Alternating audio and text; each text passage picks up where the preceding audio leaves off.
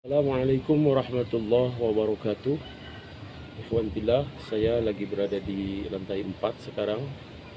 Untuk bersama-sama mari kita dengarkan sebuah video yang cukup menarik. Itu sebuah video diskusi antara Bobson dengan entah seorang pendeta ataupun gimana ya. Entah siapa itu. Yang penting di sini Bobson berdiskusi dengan Pak Suara ya. Pak Suara FM kalau nggak salah. Nah, jadi mari kita saksikan sambil bersantai dan tolong berikan komentar apa kira-kira poin-poin yang terbaiknya dari Bang Bobson ini. Semoga dapat menambah keilmuan kita, hasanah keilmuan kita dalam memahami beberapa agama di Indonesia ini. Mari kita dengarkan pemirsa sambil santai dan wudhu. Siapkan kopinya dan siapkan satu batang rokok untuk mendengarkan mereka berdiskusi. Saya sambil melakukan kegiatan, saya berada di lantai 3, lantai 4. Nih, saya balikan lagi ke posisi kamera belakang. Lanjut Bang Bos. Oke, saya lanjutkan. Pak Amir turunin saya Pak Amir. Silahkan Bang Bos. Monggo. Oke, baik. Nah, kembali tadi ya. Sebenarnya kalau kita kembali ke perjanjian baru, kita tidak akan bisa menemukan garis keturunan Maria itu seperti apa. Pak Amir turunin saya. Gitu. Nah, kita bisa menemukan itu hanya di dalam Al-Quran. Gitu. Tapi di dalam perjanjian baru yang ada dikisahkan atau dituliskan adalah garis keturunan Yusuf. Ya. Padahal di dalam perjanjian baru peran Yusuf itu tidak begitu signifikan terhadap datangnya Yesus yang mengandung Maria, yang melahirkan Maria, ya, yang sering berkomunikasi dengan Yesus Maria itu ketika di rumah di Bait Allah, ya, lalu ketika merubah air menjadi anggur, ya, gitu loh. Maka untuk apa sih kok jadi Yusuf yang dikisahkan? Lah ternyata mau untuk mencari garis keturunan sampai ke Daud. Gitu ya. Daud. Nah, iya, itu saja. Menghubungkan itu. Jadi hal-hal seperti itu adalah hal-hal yang berusaha ditata sedemikian rupa berdasarkan pikiran manusia. Waalaikumsalam. Nah itu jadi apa yang didiskusikan tadi begitu seperti Bu Utiwatimena itu justru menurut saya menunjukkan ketidakmampuan untuk memahami satu peristiwa, ya, seolah-olah yang karena dikisahkan itu hanya cerita belaka. Lah, peristiwa yang sudah terjadi ketika disampaikan di waktu berikutnya atau waktu saat ini itu kan dikisahkan namanya, diceritakan, ya, itu dikisahkan dan diceritakan. Bukan berarti peristiwa yang disampaikan itu tidak betul terjadi. Lah enggak, wong Allah itu sendiri bukan hanya menceritakan yang sudah terjadi, yang akan terjadi pun ada kok. Eskatologi ya. Iya, yang akan terjadi pun ada diceritakan, diwahyukan Allah di dalam Al-Quran. Lah terus gimana itu Bu Uti memahaminya? Bisa kacau, bisa lebih nggak percaya lagi. Gitu loh. Kalau kita menggunakan standar berpikir ataupun pedoman yang digunakan, pendekatan yang digunakan Bu Uti, harus ada literasi lain pendukung cerita yang ada atau kisah peristiwa yang sudah terjadi yang diwahyukan Allah kepada Rasulullah itu. Pertanyaannya, ketika yang diwahyukan yang akan terjadi, bagaimana kita? Gak akan ada satupun manusia yang bisa menulis literasi apa yang akan terjadi. Sesat dong. Sampai di situ aja kita pemahamannya tentang bagaimana menguji satu wahyu itu tadi kan. Nah itu yang saya bilang tadi, logika-logika itu sebenarnya justru logika-logika yang membuat saya itu gimana ya. Tapi saya salut dengan semangatnya Bu Uti gitu. Ketika disenggol tentang Yohanes, Yohanes itu sudah diklaim ya, sudah disahkan gitu ya. Seolah-olah itu sudah disepakati, itu sudah dimatrai, itu adalah sebuah kebenaran. Waduh. Kalau begitu ceritanya, ya berarti ngapain ada Tuhan? Kita aja yang menyepakati satu peristiwa. itu benar. Clear. Kalau kebenaran itu harus berdasarkan ada yang mengakui, ada yang mensepakati, ada yang mensahkan, maka Allah itu bukan maha benar dong. Tuhan itu bukan maha benar dong. Karena kebenaran itu ditentukan seperti Bu Uti tadi bilang, ditentukan dengan ada yang mengakui, ada yang ini. Oh, enggak. Kebenaran itu enggak butuh pengakuan. Enggak. Gitu loh. Kebenaran tidak butuh pengakuan, tetapi kebenaran itu harus diakui. Ingat teman-teman, ya. Kebenaran tidak butuh pengakuan, tetapi kebenaran harus diakui. Gitu. Nah itu yang saya lihat diskusi tadi, semakin kesini saya lihat semakin kemana-mana gitu loh. Ustadz Wafi udah pakai dalil sekalipun nggak ngerti juga. Di satu sisi dia menggunakan dalil ya tentang membenarkan kitab-kitab sebelumnya, tetapi di satu sisi lagi dia menggunakan dalil dari Allah yang mewahyukan juga membantah apa yang dia maksud. Loh, ini kemana-mana ini gitu loh. Ada nggak kisah lain tentang Isa? Saya mau katakan, yang persis seperti yang tertulis di Al-Quran, ya, itu tidak ada. Tetapi, kalau ditanyakan kepada Bani Israel, pernah tidak ada manusia yang lahir bukan dari pernikahan? Pasti ada. Pasti ada. Pernah tidak ada manusia yang masih bayi, tapi sudah bisa bicara? Pasti ada. Tapi kalau kita tanya, pernah tidak ada kisah Isa di Israel? Tidak ada. Orang akan jawab tidak ada. Karena yang menjadi poin pentingnya tentang Nabi Isa di dalam Al-Quran, bukan Isanya. Bukan. Tetapi bagaimana kebesaran Allah, sehingga Nabi Isa bisa lahir tanpa perkawinan, seorang laki-laki dan perempuan. Nabi Isa bisa ada di dalam rahim Maryam. Lalu lahir, masih kecil, sudah bisa bicara. Ya, diberikan izin untuk melakukan mukjizat-mukjizat.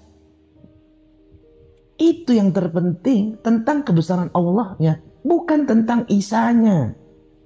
Bukan tentang Isanya, gitu loh. Sehingga ini yang keliru. Contoh, saya bisa menceritakan, wah Pak Jokowi itu titisan apa tuh yang kemarin itu apa? Piningit itu apa? Saya lupa itu namanya. Ya, ada orang yang mengisahkan begitu. Lalu apakah yang saya kisahkan itu sudah benar? Belum. Itu karena kecintaan, kesukaan saya kepada Pak Jokowi. Sehingga saya menceritakan Ratu Piningit. Pak Jokowi itu adalah Ratu Piningit, Ratu Keadilan, ya. Titisan ini, titisan itu. Satrio Piningit gitu loh.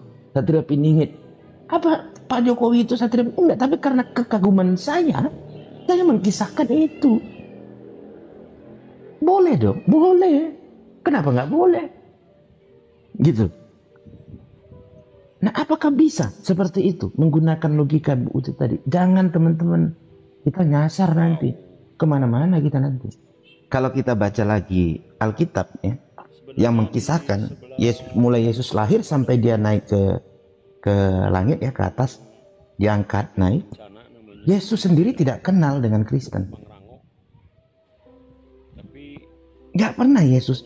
Nah, saya kemarin membahas itu dalam satu dialog ya di TikTok. Saya tanya, di Alkitab itu ada dikisahkan, lalu Yesus masuk ke bait Allah dan mengajar di sana.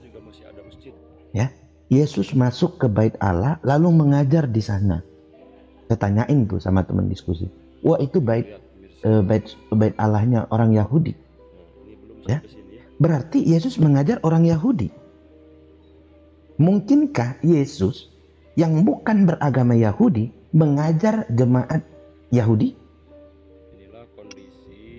Kan Yesus masuk ke bait Allah lalu mengajar di sana. Saya tanya, bait Allah itu bait Allah siapa? Orang Yahudi. Maka jemaat yang ada di sana orang Yahudi. Baru Yesus mengajar di rumah ibadah orang Yahudi dan mengajar kepada jemaat orang Yahudi. Mungkin tidak Yesus bukan beragama Yahudi dalam peristiwa itu. Atau maksudnya mungkin lagi mengkristenkan orang Yahudi? Sangat tidak mungkin. Harusnya Yesus tidak jangan masuk ke rumah ibadah orang Yahudi. Di mana ada dalam hari-hari sekarang saja, ya, di mana ada ustadz yang masuk ke gereja untuk mengislamkan orang Kristen? Nggak ada. Nggak ada. Kalau yang jadi tukang bangunan ada. Nah, gitu. Dan tidak ada pendeta yang masuk ke masjid lalu mengajar kepada umat Islam biar mereka Kristen. Nggak mungkin itu. Intoleran. Nah, dari kisah di dalam Alkitab sendiri, Yesus itu mengajar kepada jemaat Yahudi, mengajar di rumah ibadah orang Yahudi di Bait Allah. Yesus di situ tidak mengajarkan tentang kekristenan. Kristen itu muncul ketika jemaat berkumpul di Antioquia. Itu jelas. Makanya saya selalu bertanya, sebelum jemaat berkumpul di Antioquia, ke-12 murid Yesus, ini agamanya apa? Apa? Ada kekosongan dong, ya? Yesus naik, lalu diberikan amanat agung untuk jadikanlah seluruh bangsa muridku. Lalu mereka tersebar, dikejar-kejar oleh tentara Romawi, sampai dengan peristiwa jemaat berkumpul di Antioquia. Di transisi itu, di selisih waktu itu, masa itu, ke-12 murid Yesus beragama apa? Beragama apa? Nah, kemudian di Alkitab dikatakan ketika jemaat berkumpul di Antioquia, ada nabi yang datang dari Yerusalem ya, atau Bethlehem ya, saya nggak tahu, saya nggak ingat, tapi namanya saya ingat, Nabi Agabus. Kalau dia di Alkitab dikatakan nabi, maka dia sudah pasti punya jemaat dong, sudah pasti punya pengikut dong. Nggak mungkin Alkitab menulis orang itu nabi tapi pengikutnya belum ada ya. Nah, pengikut Nabi Agabus sebelum di Antioquia berkumpul, ini agamanya apa? Agamanya apa coba? Siapa yang bisa jawab? Nggak ada. Tidak terkonfirmasi di Alkitab. Maka salah satu pendekatan yang bisa kita gunakan untuk menjawab itu, mereka adalah orang Yahudi, maka agamanya Judaism. Gitu loh. Itu banyak sekali sebenarnya. Makanya saya katakan, saya selalu bertanya ke teman-teman ketika diskusi, ya, Yesus di Bait Allah itu ngajarin apa? Apa yang dia ajarkan? Apa coba? Kalau Yesus mengajarkan tentang hukum kasih, oke, dia mengajarkan tentang hukum kasih. Yesus mengajarkan hukum kasih ke siapa? Di bait suci, di bait Allah orang Yahudi. Tentu ke orang Yahudi kan? Ke orang-orang yang beragama Yahudi dong. Ya? Lah berarti hukum kasih itu yang diajarkan ke orang Yahudi. Pada saat Yesus mengajar di Bait Allah belum ada Kristen. Gitu loh. Ya, selamat malam semuanya. Bang Suat. Malam. Ya, mudah-mudahan diberi kesehatan terus walaupun sampai malam-malam. Silakan Bang Suara. Itu ada Bang Bob itu. Mau nanya apa dengan Bang Bob itu? Oh iya. Tadi saya sekilas mendengar Pak Bob ini lebih condong kepada apa ya? Perjanjian lama ya. Padahal kalau di apa ya? Dikaji bentuknya Alkitab itu kan perjanjian lama, perjanjian baru. Kurang keras suaranya. Oh iya. Nanti Bang Bob ngasih pencerahan itu nanti. Iya. Jadi perjanjian lama itu kalau dikaji ya, bentuknya itu apa ya, bentuk pola pikir lah untuk kesana apa, eksoteris, dan perjanjian baru itu adalah eksoteris.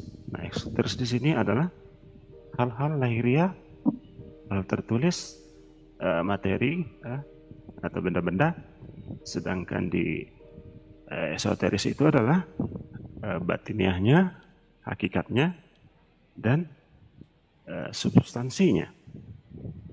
Nah, jadi kalau dikatakan lebih condong kepada perjanjian lama, berarti itu masalah yang kita soroti adalah masalah kulitnya. Kulit ya. Dan intinya atau kulit luar. Dan intinya adalah ya di perjanjian baru itu.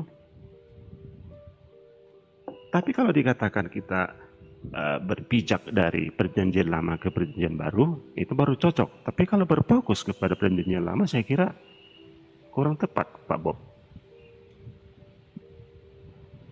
Karena di perjanjian lama juga Elohim itu pernah mengatakan akan berubah perjanjian yang pernah ada kepada perjanjian yang baru, yaitu kepada Al-Batinia. Jadi harus dirubah. Kalau Bapak Suara baca perjanjian baru, menyikapinya dengan hal-hal batinia atau hakikatnya atau substansinya. Jadi ya Pak Suara. Pendapat atau ada maksud lain kira-kira Pak Bob? Iya. Lanjut Pak Bob ya. Iya. Jadi yang pertama begini Pak Suara. Justru saya selalu menekankan dalam memahami Alkitab itu tidak boleh hanya menonjol di perjanjian baru atau menonjol di perjanjian lama. Iya. Gitu loh. Kenapa saya katakan begitu? Karena Tuhan di perjanjian baru dan Tuhan di perjanjian lama itu sama. Alkitab itu tentang Tuhan. Saya meyakini dan mengimani Alkitab itu tentang Tuhan. Karena nabi, utusan, orang-orang pilihan itu semua tentang Tuhan. Mereka diutus untuk menunjukkan siapa Tuhan. Mereka diutus untuk menyatakan kebesaran Tuhan. Mereka diutus untuk membawa manusia yang lain kepada Tuhan. Semua tentang Tuhan. Gitu loh. Makanya kalau memahami Alkitab itu dengan doktrin seperti yang dikatakan Pak Malikil, ya saya juga melihat betul kalau memahami doktrin dalam perjanjian baru, doktrin itu tidak bisa digunakan di dalam perjanjian lama. Karena apa? Pengajaran-pengajaran di dalam kitab perjanjian baru itu jauh berbeda ya dengan pendekatan-pendekatan, metode-metode yang termuat di dalam perjanjian lama. Gitu loh. Tetapi pertanyaannya, kenapa harus ada perjanjian lama? Karena tanpa perjanjian lama tidak akan ada perjanjian baru. Saya sepakat seperti apa yang dikatakan Yesus. Aku datang bukan untuk menghapuskan hukum Taurat, tetapi untuk menggenapinya. Gitu loh. Maka pertanyaannya, mungkinkah yang menggenapi lebih besar dari Taurat? Jika Yesus menggenapi hukum Taurat, maka hukum Taurat lebih besar dari Yesus. Karena Yesus hanya menggenapi yang sudah ada. Gitu loh. Ya betul Pak, tapi jika Yesus lebih besar dari hukum Taurat, maka Yesus bukan menggenapi, tapi merubah, menghapuskan, meniadakan, lalu membuat hukum baru. Gitu loh. Nah itu saya sepakat dengan sebenarnya apa yang dikatakan Yesus, yang dituliskan di dalam perjanjian baru, yang keluar dari mulut Yesus. Saya sepakat semua dengan apa yang dikatakan Yesus. Tetapi saya tidak sepakat dengan pengajaran tentang Yesus. Dengan apa yang diajarkan Yesus, saya sepakat. Ya, bahkan kenapa dikisahkan Yesus itu puasa? Ya, kenapa dikisahkan Yesus itu dibaptis oleh Yohanes Pembaptis? Kalau bagi saya, itu mencontohkan, itu mengajarkan bahwa seperti itulah ketaatan Yesus kepada Bapa. Seperti itulah Yesus menjalankan perintah Bapa. Gitu loh. Tetapi banyak yang pengajaran yang saya lihat justru mengajarkan tentang Yesusnya. Yesus sendiri mengajarkan tentang Bapanya. Lalu untuk mencari titik temu, dikatakanlah bahwa Yesus itu adalah Bapa. Bapa itu adalah Yesus. Jika dikatakan seperti yang disampaikan Ibu Watimena tadi, Yesus mengatakan, aku datang dari Bapa. Saya mau tanya, Musa datang dari mana? Dari Fir'aun?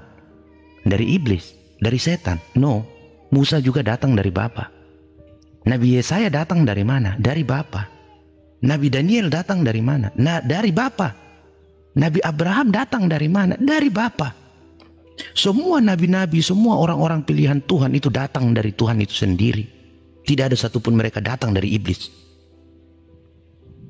Lalu jika mereka semua sama-sama datang dari Bapa, kenapa ada pengecualian terhadap pengakuan Yesus? Dia datang dari Bapa. Tidak ada satupun orang pilihan Tuhan di dalam Alkitab itu yang datang dari iblis atau datang dari si jahat. Semua datang dari Bapa. Lalu Yesus mengatakan, aku dan Bapa adalah satu. Saya mau tanya, Nabi Musa dan Bapa itu emang tidak satu? Atau Nabi Daniel itu dengan Bapa tidak satu? Atau Nabi Yesaya itu dengan Bapa tidak satu? Atau sekalian saja Abraham itu tidak satu dengan Bapa? Semua nabi itu satu dengan Bapa. Kalau mereka tidak satu, mereka tidak akan diutus. Itu loh. Kalau Nabi Yusuf, Nabi Daniel, Nabi Daud tidak satu dengan Bapa, mereka tidak akan diutus. Ngapain diutus mereka nggak satu? Tetapi karena mereka satu, maka setiap yang diutus, setiap orang-orang yang dipilih Tuhan harus menyatakan dirinya adalah satu dengan Bapa, agar orang yang mereka ajak untuk sampai kepada Bapa ini percaya.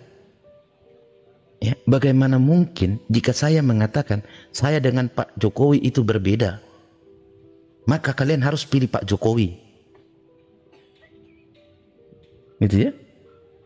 Saya dengan Pak Jokowi itu berbeda. Tetapi saya mengatakan, makanya kalian harus ikut Pak Jokowi. Harus pilih Pak Jokowi. Orang akan ngomong, ini nggak nyambung. Dia aja beda dengan Jokowi, tapi dia nyuruh kita dengan ngikut Pak Jokowi. Gimana itu? Itu loh. Nah, makanya saya katakan, semua yang diajarkan tentang Yesus adalah tentang Bapanya di surga. Sampai Yesus mengatakan, berdoalah engkau kepada Bapamu di surga. Jika tangan kananmu memberi, cukup tangan kirimu saja yang mengetahui. Sebab Bapamu di tempat yang tersembunyi sudah mencatat. Tidak Yesus, bukan Yesus yang mencatat. Gitu loh. Kalau dikatakan Yesus mengampuni dosa manusia, Yesus tidak pernah mengampuni dosa satu orang pun di muka bumi ini. Di Alkitab pun itu. Tetapi Yesus pernah mengatakan, dosamu telah diampuni. Ya, sebagai representatif Bapa di surga, dia mengatakan kepada orang yang sudah diampuni Bapa itu, maka dia mengatakan, kau sudah diampuni, kau sudah diampuni, kau sudah diampuni. Loh, kenapa Yesus bisa tahu? Lah, orang dia utusan kok. Dia punya akses terbuka dengan Bapa kok. Bapa sendiri mengatakan, dialah anak yang kukasihi, hanya kepadanya aku berkenan. Jadi ketika Yesus melakukan mujizat-mujizat, itu sudah diawali dengan apa yang tertulis di Yohanes. Hanya kepadanya aku berkenan. Makanya ketika Yesus berdoa di Taman Getsemani, ya Bapa, lalukanlah cawan ini daripada aku. Yesus minta dilalukan cawan itu. Ya, apa mungkin Bapa tidak melalukannya? Padahal Bapa sudah bicara dari langit. Dialah anak yang kukasihi dan hanya kepadanya aku berkenan. Gitu loh. Lalu dikatakan Yesus adalah Raja segala raja. Justru karena saya percaya Yesus adalah Raja dari segala raja, Yesus itu bukan Tuhan. Ya, kenapa? Raja dari segala raja berarti manusia. Kalau Tuhan kita bilang Raja dari segala raja, lah kok Tuhan Raja dari segala manusia? Ya udah nggak nyambung dong. Raja itu kan manusia. Seluruh raja di dunia ini tidak ada yang bukan manusia, semua manusia. Raja Romawi, Yunani, Raja Daud, semua raja-raja. Raja Persia, itu manusia. Lalu manusia-manusia ini saya katakan manusia dari segala manusia. Raja dari segala raja. Kalau Tuhan saya katakan raja dari segala raja, padahal raja itu manusia. Lah saya udah merendahkan martabat Tuhan dong. Gitu loh. Berarti saya sudah menarik Tuhan itu sama dengan raja manusia. Kalau dikatakan raja di atas raja juga. Karena raja itu manusia, teman-teman. Tapi kalau dikatakan Yesus itu Tuhan di atas Tuhan, mungkin mereka selevel. Maka di situ Yesus adalah Tuhan, sehingga dia Tuhan di atas Tuhan. Tuhan dong selevel dengan Tuhan dong. Masa Tuhan dibandingkan dengan manusia yang nggak nyambung? Itu udah kemana-mana gitu loh. Itu sudah kemana-mana. Kalau kita mengatakan, kan di Yohanes 1 firman telah menjadi manusia, ya silakan mengartikannya bahwa Yesus itu adalah firman, lalu firman itu menjadi manusia, lahirlah dia. Oh, lalu mengatakan, siapa yang punya kuasa di muka bumi ini? Hanya Yesus. Yesus bukan punya kuasa. Yesus diberikan kuasa. Kalau Yesus menjadi Tuhan hanya karena diberikan kuasa, maka Tuhan itu bermula. Padahal Tuhan tidak bermula, artinya kuasa itu tidak tahu datangnya dari mana. Tidak datang dan tidak diberikan. Memang dia yang punya, dia yang buat kuasa. Itulah Tuhan. Ketika karena diberikan kuasa, maka dia menjadi Tuhan. Lah terus yang memberikan kuasa itu lebih hebat dari Tuhan dong. Yang diberikan kuasa saja menjadi Tuhan, apalagi yang memberikan kuasa. Gimana dong? Coba gitu. Saya dikasih kuasa, oke. Saya jadi berkuasa. Lah terus yang memberikan kuasa ini lebih hebat lagi dong tentunya dari saya. Karena sebelum saya diberikan, dia yang punya kuasa. Lalu kuasa itu diberikan ke saya jadi kuasa. Ya kan Tuhan itu enggak itu. Tuhan itu maha adil, maha ini, maha ini. Nah itu kita menarik keadaan, menarik Tuhan itu untuk memenuhi pemikiran kita. Untuk membenarkan pikiran kita. Padahal yang seharusnya kita yang mengikut kepada Tuhan. Bukan Tuhan kita tarik mengikuti pikiran kita.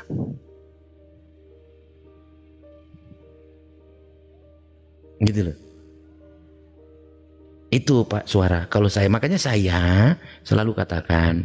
Dan saya tidak pernah membatasi teman-teman ketika bicara, ya monggo silakan gitu loh. Iya betul. Iya katakanlah Yesus itu adalah kayak Pak Malikil kemarin gitu. Cuman lama-lama saya dengarnya nggak nyaman, akhirnya saya turun gitu ya. Tapi ketika itu digunakan, ya itu kan kita bisa kasih seperti yang saya uraikan dari tadi, saya paparkan dari tadi. Mana orang-orang yang lebih mudah menerima? Itu loh. Yang saya paparkan atau yang teman-teman paparkan. Karena prinsipnya yang mudah diterima manusia itu adalah tentang yang logis dan real. Kalau tidak logis akan sulit diterima manusia, dan kalau tidak real itu akan sulit diterima manusia. Gitu, begitu Pak Suara. Iya menarik juga ya paparan Pak.